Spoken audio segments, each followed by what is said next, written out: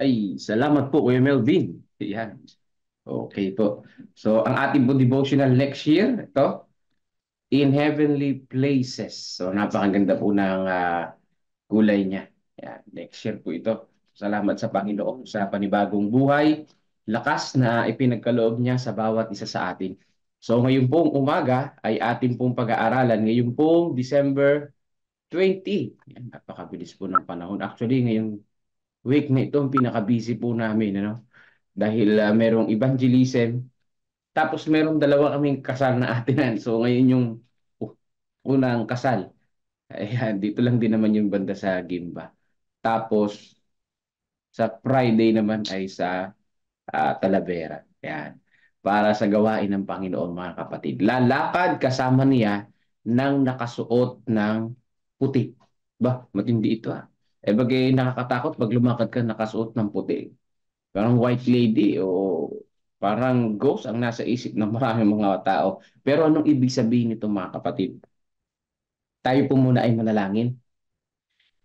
Mapagpalang Diyos na siyang sa amin ay nagmamahal, naglikha sa amin at nagbigay buhay. Amin po dalangin sa umaga na ito, O Diyos, ang aming pong pag-aaral dito po sa Revelation 3 verse 4.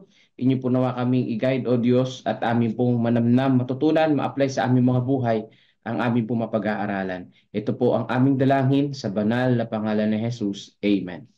So sabi po dito sa 3:4 ng Apokalipsis, ngunit mayroon ka pang ilan sa Sardis na hindi dunungisan ang kanilang mga damit at sila'y kasama kong lalakad na nakaputi sapagkat sila'y karapat-dapat. So sa Sardis, mga kapatid, itong lugar na ito po ay isa sa mga bansa sa Asia, mga kapatid, no? Na yung Sardis, marami ang mga makasalanan. Pero mga kapatid ko, kahit na marami ang mga makasalanan, marami rin naman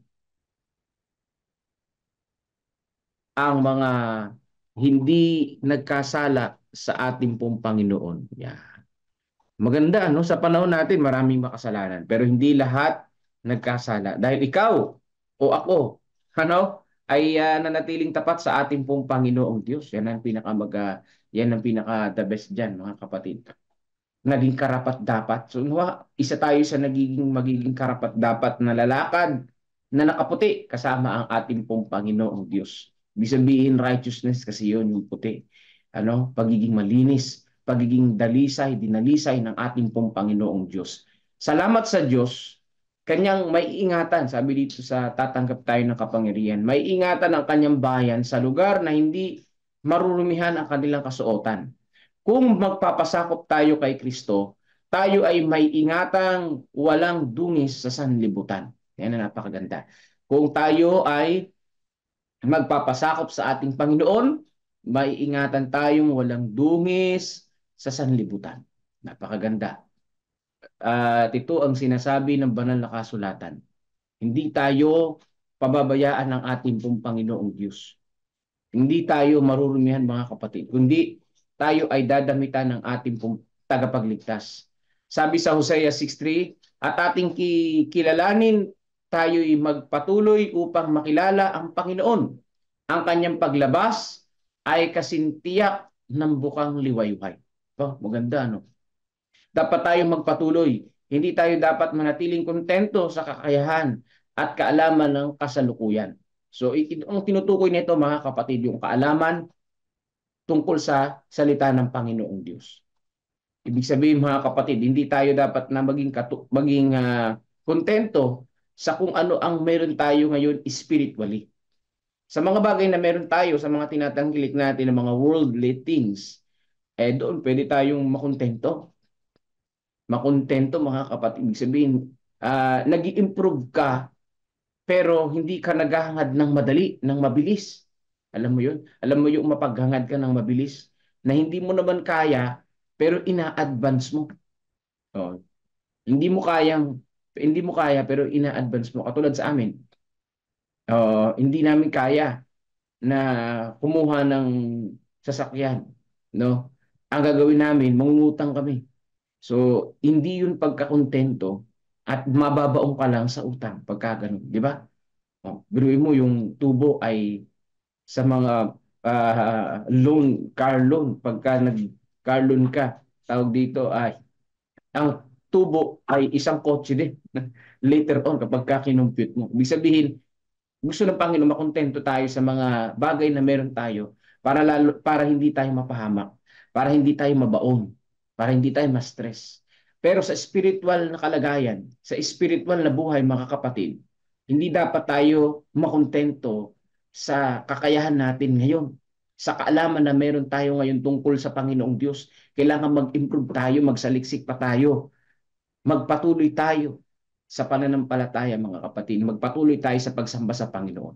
Kasi nga, kung ang technology nag-upgrade, ang spiritual na buhay dapat din mag-upgrade. Dahil lang kaaway, nag-upgrade din kung papaano tayo salakayin, kung papaano tayo tuksuhin, kung papaano tayo gibain mga kapatid. So kinakailangan yon. At ang sabi po dito, ang kinakailangan ay continuous learning, continuous growing. Kaya meron tayong doktrina, growing in Christ. Yan yung pang 27, pang-apat, sa doctrine of salvation, growing in Christ. Lahat ng nananahan sa kalawakan ay nanunood. Sabi yan sa 1 Corinthians chapter 4 verse 9. Tayo ay naging panoorin ng sanlibutan kung paanong ang Diyos ay naghahanda ng bayang titindig sa paghatol. Ating hilingin sa Diyos, dadamitan tayo ng damit ng katwiran ni Kristo upang maging handa tayo sa pagdating ng anak ng tao. Ayan po mga kapatid. Para maging handa tayo sa pagdating ng ating pong Panginoon, ano po ang dapat nating gawin mga kapatid? Madamitan tayo ng katwiran ni Jesus. So papaanong paraan? Sa pagpapasakop sa ating pong Panginoong Hesus. Marami ang mahirap magpasakop sa atin sa mga oras na ito. Marami ang ma-pride, marami ang may gustong gawin, marami ang gustong humawak ng trono, maraming gustong mag-lead, pero ang pinaka number one na dapat natin gawin sa buhay na ito, magpasakop sa Panginoon. Mahirap magpasakop kung mataas ang pride. Mahirap magpasakop, magpakumbaba kung meron kang ipinaglalaban sa iyong sarili. Kinakailangan mong magkaroon ng matinding pagkaunawa, matinding pagpapakumbaba sa harapan ng ating pong Panginoong Diyos. Madamitan tayo ng katwiran ng ating pong Panginoong Hesus. Kabilang doon sa mga hindi nadumihan ang kanilang mga damit. Sinasabi ni Kristo, sila'y kasama kong lalakad na nakaputi sapagkat sila'y karapat-dapat. Sa pamamagitan ng walang hanggang sakripisyong ginawa para sa atin, maari tayong magkaroon ng saganang biyaya. Ayan. Sabi po dito mga kapatid, no? Kung nadumihan yung ating pong mga damit, naging makasalanan tayo. Sabi sa Isaiah 1:18, ayan, papuputuin niya ang ating pong kasuotan na parang niebe. Yung mapuli, yung mapulang mupula ay magiging maputi. Malilinis sapagkat malilinis ito sa pamamagitan ng dugo ng ating pong Panginoong Diyos. Ang biyaya ng Panginoon ay sagana, ang Panginoong Diyos ay laging nariyan para sa atin, para tayo ay ma-purify dito pa lang sa lupa mga kapatid. Alam niyo po yun? Yung katulad dyan ng lupa, yung lupa na ginawa ng Panginoon, maraming mga layers yan, di ba? Maraming mga layers yan na pangsala ng tubig hanggang sa pumunta sa pinaka puso ng lupa at umibabaw uli sa lupa na malinis na yun na yung ating iniinom. So ganun din mga kapatid sa buhay po natin na marami tayong mga kasalanan, ang pangsala ng Panginoon ay napakadami. Yung process ng Panginoon ay napakahaba. Dito pa lang sa lupa, pinaprocess na tayo. Sa pagdating niya, mga kapatid, sa ikalawa, yun yung glorification. Talagang salang-sala tayo bago pumunta doon sa langit na bayan. Na yung pangsala, mga kapatid, yung pong karakter ng Panginoon, yung buhay ng Panginoon, yung dugo mismo ng ating pong Panginoong Diyos na nagkatawang tao. So napakaganda, no? Pinupurify tayo, pinapaputi tayo, ginagawa tayong karapat-dapat ng ating pong Panginoong Diyos. Ang Diyos ay may langit na puno para sa atin. Ang tanging hinihingi niya, ano ang tanging hinihingi ng Panginoon? Sa pamamagitan ng buhay na pananampalataya ay tanggapin natin ang mga pangako niya. Ano yung pangako niya? Naniniwala ako, tinatanggap ang pagpapalang mayroon ka para sa umiibig sa iyo. Yan yung sa Sardis, di ba? Sa 3 verse 5. Ang magtagumpay ay bibihisang gayon ng mapuputing damit at hindi ko o gaano kahalaga yung hindi at hindi ko kailanman papawiin ang kanyang pangalan sa aklat ng buhay at ipapahayag ko ang kanyang pangalan sa harapan ng aking ama at sa harapan ng kanyang mga anghel. Yan ang napakagandang pangako. Ang magtagumpay ay bibihisang ng maputing damit ng ating Panginoong Diyos. Hindi aalisin ng Panginoon ang ating pong pangalan sa aklat ng buhay. Yan. Ibig sabihin, nakatala po ang pangalan natin sa aklat ng buhay ngayon na tayo nananampalataya sa Panginoong Diyos. Napakagandang assurance. So, kung dito sa sanlibutan, hindi tayo manalo-nalo. Kung dito sa sanlibutan, hindi ka mapili-pili para sa isang malaking kayamanan sa mundo. Pero sa langit, assured na sa pananampalataya sa Panginoon, nakatala ang ating pangalan sa aklat ng buhay. Napakaganda. Nakatala ang pangalan natin sa aklat ng buhay sa pamamagitan ni Jesus. Nakadamit na pangputi. Hindi ko alam kung gaano kaputi ito, pero ito yung righteousness ng ating pong Panginoong Diyos. Kapag ang mga pasukan ng syudad ng Diyos ay umindayog pabalik sa kumikinang na bisagra nito, at papasok ang mga bansang nag-iingat ng katotohanan. Naroon si Kristo para tanggapin tayo, para tawagin tayong pinagpala ng Ama dahil nagtagumpay tayo. At ang pagtatagumpay na pag-aralan natin kahapon, ito'y sa pamamagitan ng ating Panginoon. Na tayo ay hindi magkikwit sa pananampalataya, kundi hahawak ng matatag sa ating Panginoong Diyos. Sa mundong ito, maraming pagkakamali. Sa mundong ito, marami tayong mga pwedeng katitisuran, di ba? Sa mundong ito, marami tayong pwede tayong mawala anytime sa pananampalataya dahil din sa mga taong nakapaligid sa atin. Pero dapat tayong maging matatag. Dahil ang mga nakapaligid sa atin ng mga tao ay tao din naman sila na nagkakasala din. So, who knows? Hindi mo alam na ikaw natitisod ka sa kanya, pero siya natitisod din sa iyo. Hindi mo rin alam, di ba? So, maaring di pa ka nag-open forum.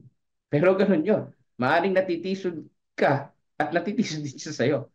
Ang kinakailangan dito mga kapatid, maging matatag sa pananampalataya, magpatuloy sa pananampalataya, manghawak sa Panginoong Diyos dahil ang Panginoon lang ang dapat nating kapitan. Ang Panginoon lang ang dapat nating lapitan mga kapatid. At tayo dapat mag-focus sa Panginoon dahil sa Panginoon hindi tayo matitisod mga kapatid, di ba? Siya ang tunay nating sinasamba at hindi ang mga tao. So dito sa mundong ito, mahirap ang buhay pananampalataya. Pero kung magpapatuloy tayo, walang imposible sa ating Panginoong Diyos. No, hindi tayo pababayaan ng ating pong tagapagligtas. Nariyan at nariyan na siya'y aalalay sa atin. Sabi po dito, na i-record noong 1903, hindi pa tayo pinapanganak. Lagpas 100,000 taon na nakalilipas. The General Conference Bulletin, April 6, 1903, tayo ay kanyang tanggapin sa harapan ng Ama at sa harapan ng mga anghel. At habang pumapasok tayo sa kaharian ng Diyos, na-imagine nyo mga kapatid, doon para gugulin ang walang hanggan. Ilang oras daw gugugulin? Walang hanggan. Kasi walang hanggan yung buhay. Napakatanda, ano? Kapag may event, naglalas lang for 3 days, di ba? Kapag may kasiyahan, naglalas lang for overnight. Ang family reunion ngayong December, maikling panahon lang. Bakit? Dahil sa susunod na day, kailangan magtrabaho na naman, bumalik sa kanya-kanyang trabaho. Yun ang family day. So, family reunion. So napakaikli lang ano. Pero yung family reunion sa langit walang limit, walang hanggan. Ayan. Ang mga pagsubok at mga kahirapan at mga pagkalito na mayroon tayo dito ay lulubog sa kawalan. Yung mga pinoproblema natin ngayon, yung mga pagsubok natin ngayon, yung pagkalito natin ngayon mga kapatid ay sabi dito ay lulubog sa kawalan. Na ibig sabihin, maglalaho lang din naman yan. Kumbaga sa gutom, may lilipas lang din naman yan. Mawawala din naman yan. Raras ko rin yan eh. Ako di ako takot magutom dahil lagi naman ako nagugutom lalo na pagkagabi. Maganda rin pala maganda talaga sa pakiramdam. Yung medyo nagugutom ka pagkagabi. Dahil parang nakakahinga ng maluwag. Ayan. Yung mga bagay na ito na pinoproblema natin, maglalaho lang din naman. Huwag mo na masyadong isipin, huwag mo nang istresin yan. Mga kapatid, huwag na nating stressin buhay natin. O, maglalaho lang din naman yan. Ang tanging walang hanggan ay ang ating Panginoong Diyos. Magiging kasukat sa buhay ng Diyos ang ating buhay. Ano ibig sabihin nito mga kapatid?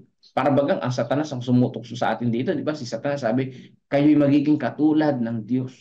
Ito ba'y katulad din doon? Ang sabi dito, magiging kasukat. Hindi sinabi magiging katulad ka ng Diyos. Hindi ganun mga kapatid. Magiging kasukat sa buhay ng Diyos. Dahil ang buhay ng Diyos walang hanggan. At tayo mga nanampalataya, bibigyan din ng buhay na walang hanggan. Pero mga kapatid, yung buhay na walang hanggan na yun, ay po pwedeng mawala. Pwede pa lang mawala kapag hindi ka nanampalataya sa Panginoon. Ang Panginoong Diyos pa rin ang may hawak ng ating buhay doon sa langit. Hindi po yan ako mo, ikaw ay may buhay na walang hanggan, pwede mo nang gawin ang lahat ng gusto mong gawin. Hindi, meron tayong Diyos sa langit na po pwedeng magparusa sa atin kung tayo magkakamali muli. Pero sabi sa Nahum 1:9, hindi nahayaan ng Panginoong Diyos na ang kasalanan ay titindig sa ikalawang pagkakataon. Ito yung unang pagkakataon, itong sanlibutan na ito na pagkakasala. Grabing hirap ang dinanas ng tao, grabing kalungkutan ang dinanas ng tao, marami ang namatay, maraming ginawa at sakripisyo ng ating Panginoon ay napakatindi. Pero mga kapatid, dinahayaan ng Panginoong Diyos yan na mangyari pa sa ikalawa yan. Siya ay maglalagay ng katapusan ng kasalanan at maglalagay ng buhay na walang hanggan sa mga mananampalataya, magbibigay ng buhay na walang hanggan sa lahat ng mananampalataya. Katulad sa mga kapatid sa Sardis na mayroong mga nanampalataya din at hindi nadungisan. Bagamat marami rin ang mga makasalanan, katulad dito sa panahon natin, meron din naman mga karapat-dapat na lalakad kasama ng Panginoon na nakaputi. Nawa ay isa kayo at isa ako sa karapat-dapat na yun. Paano mo malalaman na nakarapat-dapat ka? Nagsisi ka, humingi ka ng tawad sa Panginoong Diyos, nagsisi, nanampalataya sa Panginoong Diyos, lumakad kasama ang Panginoon ayon sa kanyang kalooban, at naghihintay sa ikalawang pagdating ng Panginoon at habang naghihintay, nagbabahagi ng mabuting balita, hindi madamo. Ang isa sa mga palatandaan na tayo ay lingkod ng Panginoon, hindi madamot sa kaligtasan mga kapatid.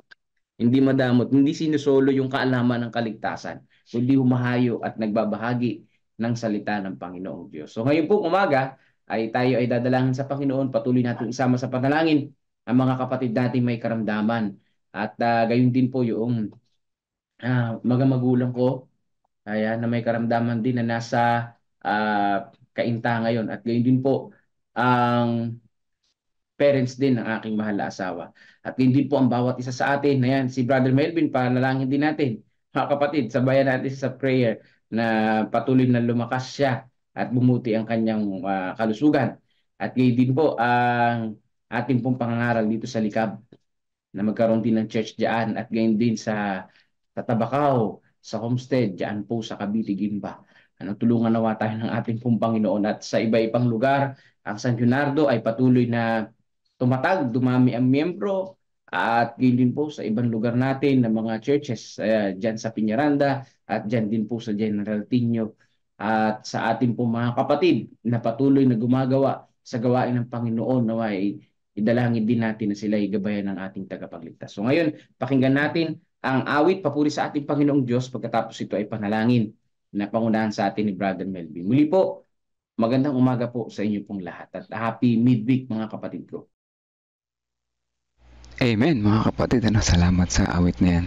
Beautiful Savior ng tatlong magandang dalaga, po. Matagal na yan nasa collection ko, ngayon ko lang ulit na padugtugan po. Kaya salamat po Pastor, isa na namang magandang lesson, ang ating napakinggan. Maglalakad kasama niya na nakasuot ng puti.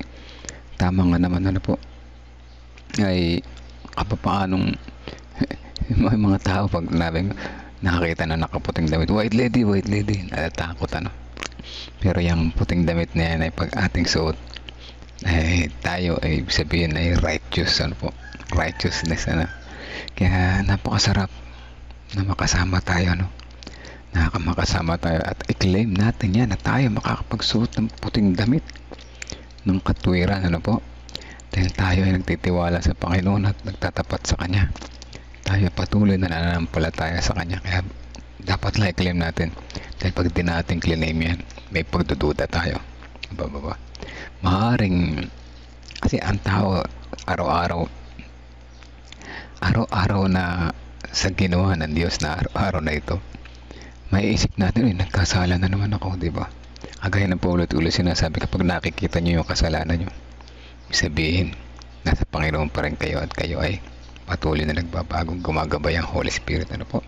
Kaya salamat sa lesson na ito, na patuloy tayong tumatag sa ating pananampalataya. Ano po? Gusto ko yung sinabi ni Pastor na yung ating technology nag-i-improve, nag-upgrade din yung ating kaaway, ano po, ng kanyang panunokso sa atin. Bakit? Yung technology mismo na ginagamit natin, yun ang ginagamit yung panunokso, ginagamit yung dahilan para tayo ay tuksohin. Ayan, di ba? Hindi hayaan ng Panginoon na ang kasalanan ay tumindig sa pangalawang pagkakataon. Ako, kaya mga kapatid, yung mga pride nyo dyan, ibabaan nyo na. Ano po, yung mga may pride, yung mga may pride natin kapatid, ibabaan nyo na po yung pride nyo, dahil hindi hayaan ng Panginoon na tumindig ang kasalanan sa pangalawang pagkakataon. Baka hindi nyo masaksihan ito mga kapatid, ano, pag di nyo binaba yung pride nyo. Kaya yung pride ay ibaba, huwag masyadong mataas, delikado, dahil pagbagsak masakit mahulog ng mataas. Ano po? At sama natin sa panalangin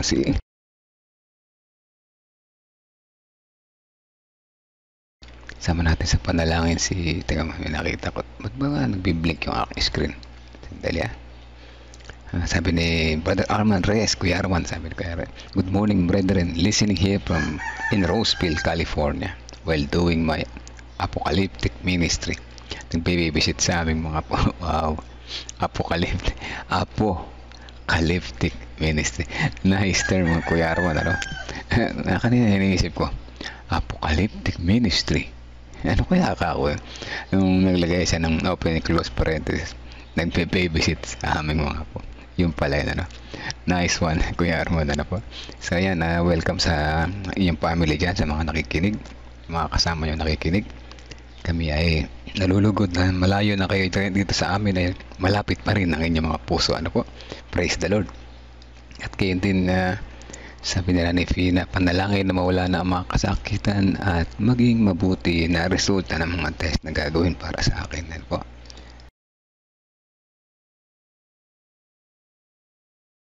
At nawala. Ganon din ang iba pang mga kapatid na may karamdaman. Tulungan at kaawaan nawa kami ng Panginoon. Yes po, sama natin sa panalangin yan. Pakisama po sa prayer sa biyahe ko sa Bulacan. Nasa bus na si Nanay ni Risa. Ingat po sa biyahe. Ano po? At wag po kayo matutulog na mahimbing at makalumampas kayo. Marating kayo ng Maynila. Joke lang po. Sa Ate Christy, good morning din po Ate Christy. Siya nasa ibang lugar. Sana all nagbabakasyon. Gusto ko rin magbakasyon, ano? Pero sige lang, sa ngayon hindi pa pwede, ano? At si Ma'am Femi, continuous healing prayer to Ate Grace Amano at Doc Micas Father. Sige po, sama natin sa panalangin sila. At tayo ay sama-sama manalangin mga kapatid. Ipanalangin natin yung ating mga prayer request na yan.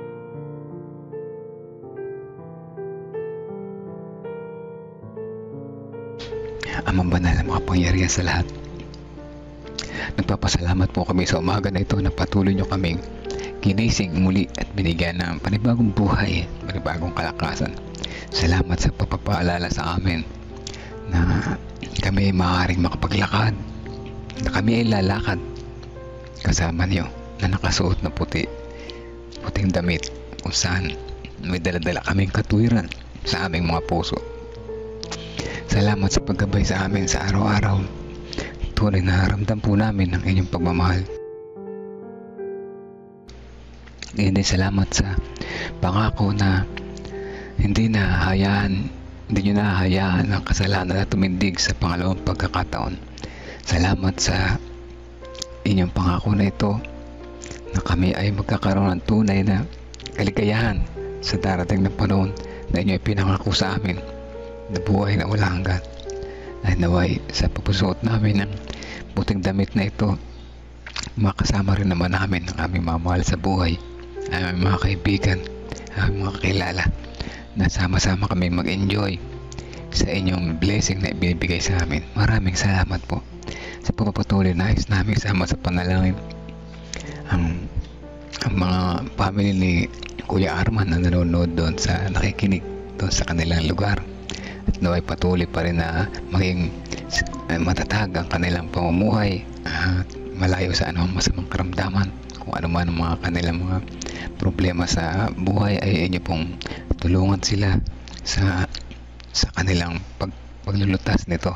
Kaya din salamat din sa kanilang maliit na grupo na patuloy na nakikinig, at naway patuloy na maging matatag rin sila roon, malayo man sila sa kanilang mga pamilya sa ibang mga lugar. Panalangin din namin si Nanay Pina na sa kanyang mga resulta ng test na gagawin, ito'y maging ayos na. At dalangin din namin na may mga karamdaman na patuloy pong ipuin na inyong paggaling na kamay. Dalangin po rin namin si Nanay Nerissa na siya ay pabiyahe ngayon papunta sa Bulacan.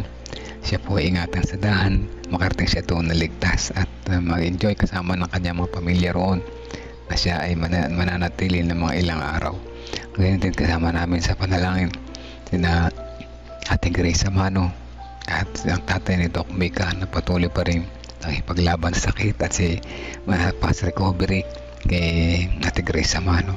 Patuloy din namin sinasama panalangin sa Ate Resbeb na may pagsubok na pinagdaraanan sa buhay, na may patatagin niya po ang kanyang pananampalataya na wag siya madala ng mga tukso na ito na ginagamit ng kaaway.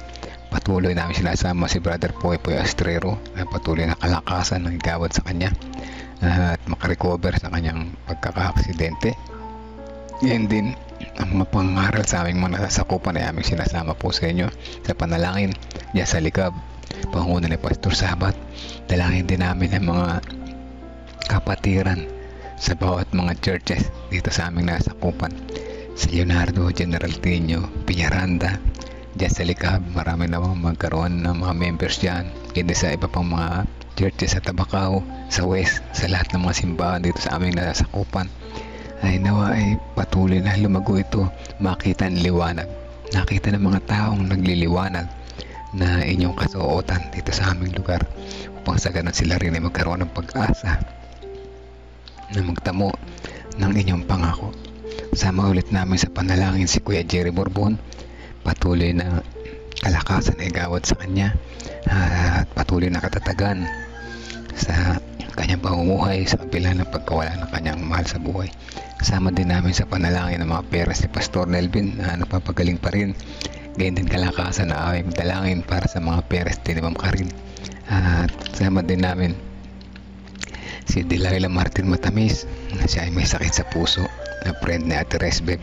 Ganyan din kasama din namin si Sister Shelly Rosacinto na patuloy siya nagtitiwala po sa inyo na bawat isang araw ay napakaalaga na blessing para sa lahat. At ngayon din patuloy na ibibigay niyo sa amin ang kalakasan at kagalingan na aming hinihiling ayon sa inyong kalooban at tamang oras. At alam namin na ito'y pagkakalob sa amin ang aming mga pangailangan. Kasama din namin si Brother Cleto Salazar, patuloy na kalakasan, si Rona sa kanyang pamilya dyan sa Mindanao, si Jinjin patuloy na nagpapagaling at nagpapalakas, si Baby Shanayan din ng Brother Rudy at ni Sister Kisses, kasama ng kanilang mag-asawa na ito. Patuloy nawa silang maging matatag sa pananampalataya at patuloy na nakakonekta po sa inyo, upang sa ganoon sila ay hindi matukso ng mga tukso na ginagawa ng kaaway. Ganyan din ang kanilang family, sila Ate Milen, sila Sister Angie at ang kanilang buong pamilya, na patuloy nawang makita na nakatingin sila sa inyo, sa inyong mga pangako ng biyaya at patnubay at gabay. Kasama din namin ang mga kapatiran na naghihintay ng kanilang baby, sina Brother James, Brother Kevin, sina Pastor at iba pang mga kapatiran na hindi namin nabanggit, at si Sister Erica sa kanyang pagbubuntis at si Sister Jody sa kanyang nalapit na panganak. Kasama din namin si Sister Nancy Fernandez na nagpapakimo pa rin. Kasama na rin si Jennifer Eusebio Pascua, si Imelda Eugenio Garcia, patuloy pa rin nagpapalakas at nagpapagaling. Kaya din si Mr. Percy sa kanyang karamdaman ay patuloy namin sinasama sa inyo na siya inyo nang bigay ang kalagalingan na kanyang hinihiling. Ganyan Sister Risa Enriquez si Sister Aimee Kilantang, Jennifer de la Cruz, si Ate Grace Amano, patuloy namin sinasama sa inyo sa panalangin. Si Ate Esther Lopez, Brother Benjamin, Munting Gamboa, Marilita, si Dayan, si Pichi na patuloy pa rin titiwala sa inyo. Si Kuya Bobby, si Ate Lorna, Ate Gigi Concepcion, Gregorio Santin, si Tate Pentong, Kuya Mike Pablo.